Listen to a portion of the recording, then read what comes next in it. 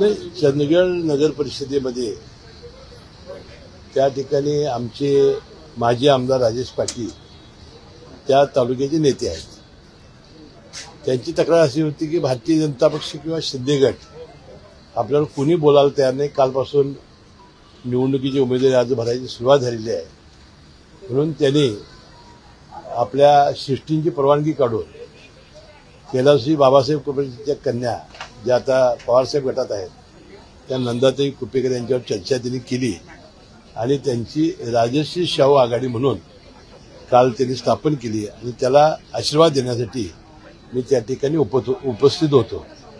त्यानंतर आमदार शिवाजीराव पाटील साहेबांचा मला फोन आला. ते म्हणाले माझी आणि नंदाताईची बोलणी होऊन आमची चर्चा झालेली होती आणि आता तुमच्यामुळं ते करायला तयार नाहीत. मी म्हटलं तुम्ही काय मला कधी बोलला नव्हता, परंतु आता ती दोघांची आघाडी झालेली आहे आणि मी त्यावेळी उपस्थित होतो आणि अशा पद्धतीच्या माझ्या भावना त्याला मी कळवल्या. नाही, या ठिकाणी आता माझ्याच मतदारसंघामध्ये कागलमध्ये भारतीय जनता पक्षाच्या नेत्याच्यावर चर्चा सुरू आहे. गडिंग्लजमध्ये जवळजवळ भारतीय जनता पक्ष आमची युती झालेली आहे. त्यामुळे हा फॉर्म्युला सगळीकडे नाही. ज्या ठिकाणी आपापले स्वबळावर लढणार आहेत, आता चंदगडमध्ये जर भारतीय जनता पक्ष स्वबळावर लढणार असेल तर मग दुसरी आघाडी करू शकतात. परंतु एक आहे की महाविकास आघाडीच्या कुठल्याही पक्षाचं चिन्ह आम्ही घेऊ देणार नाही. आम्ही स्वतंत्र आघाडी तिथं करतील असंच समन्वय समितीत सुद्धा ठरलेलं आहे. कागलमध्ये पवारसाहेबांची राष्ट्रवादी नाही, कागलमध्ये राष्ट्रवादी पक्ष हा फार छोटा पक्ष आहे आणि तिथं भारतीय जनता पक्ष आमची चर्चा चालू आहे.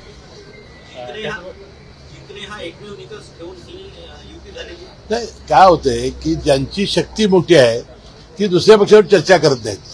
पण त्यांनी काय करायचं? पण त्यांना आघाडीचा फॉर्म्युला हा तिन्ही पक्षांनी मान्य केलेला आहे. अशाच प्रकारे इतर समन्वय समितीची बैठक होते त्यामध्ये देखील हा फॉर्म्युला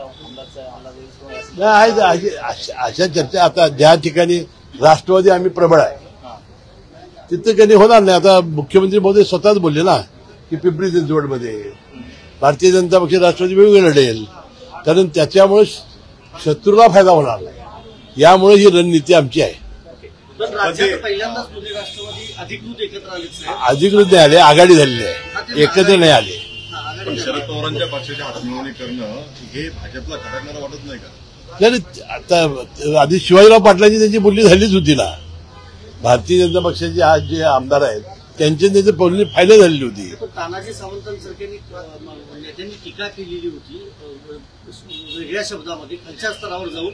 आपण एक रणनीती ठरलेली आहे. विरोधी महाविकास आघाडीला कसाही पक्षाचा फायदा होणार नाही या पद्धतीची रणनीती आपण आखलेली आहे. महाविकास आघाडीचा नाही पार्टी आता आघाडी झालेली आहे ना.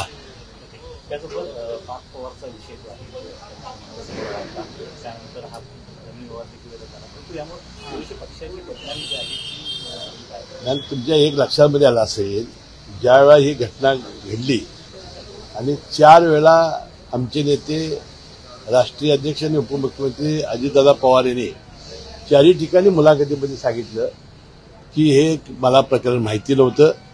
सकाळपासून संध्याकाळपर्यंत मी जनतेच्या कामामध्ये आणि विकास कामामध्ये मी असतो आणि आपण बघितलं असाल की त्यानंतर दादा हा किती सच्चा आहे हे जनतेने ओळखलं. तर दादाला माहिती नव्हतं, शत्रूंनी सुद्धा अशी शंका उपस्थित केली नाही. आणि मग ठीक आहे, तुमच्या म्हणण्याप्रमाणे थोडंसं आपल्या मुलाला सुद्धा आपण व्यवस्थितपणाने अशा गोष्टी समजावून सांगण्याचं काम ते भविष्यात करतील. परंतु दादांचा आपण या प्रकरणामध्ये लोकांना पटलेला आहे की दादाचा अजिबात यामध्ये संबंध नाही.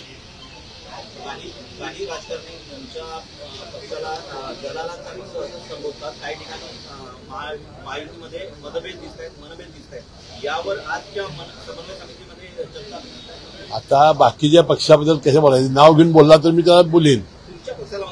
कोण कुठली शिवसेना? नाही, तो विरोधी पक्ष आहे ना. विरोधी पक्ष बोलणारच ना. आता त्यांच्या जिल्ह्यामध्ये जाऊन माहिती घ्या ते काय आहे ते. कोल्हापूर जिल्ह्याचा विचार केला तर सतीश पाटलांशी काही चर्चा होऊ शकते? अजिबात नाही, चर्चा होणार नाही. भारतीय जनता पक्षाबरोबर आणि शिंदे गटावर चर्चा होईल. समन्वय समितीची बैठक आज होती तुमची, त्या बैठकीमध्ये तुम्ही देखील असणार आहे. त्या बैठकीत काय चर्चा झाली? काय नाही, आता या समन्वय समितीच्या बैठकीमध्ये आता तिन्ही पक्षाचे जास्तीत जास्त नगरपंचायती आणि नगरपालिका कशा निवडून येतील, पुढे महानगरपालिका आणि जिल्हा परिषद कशा निवडून येतील याचाच विचार होईल.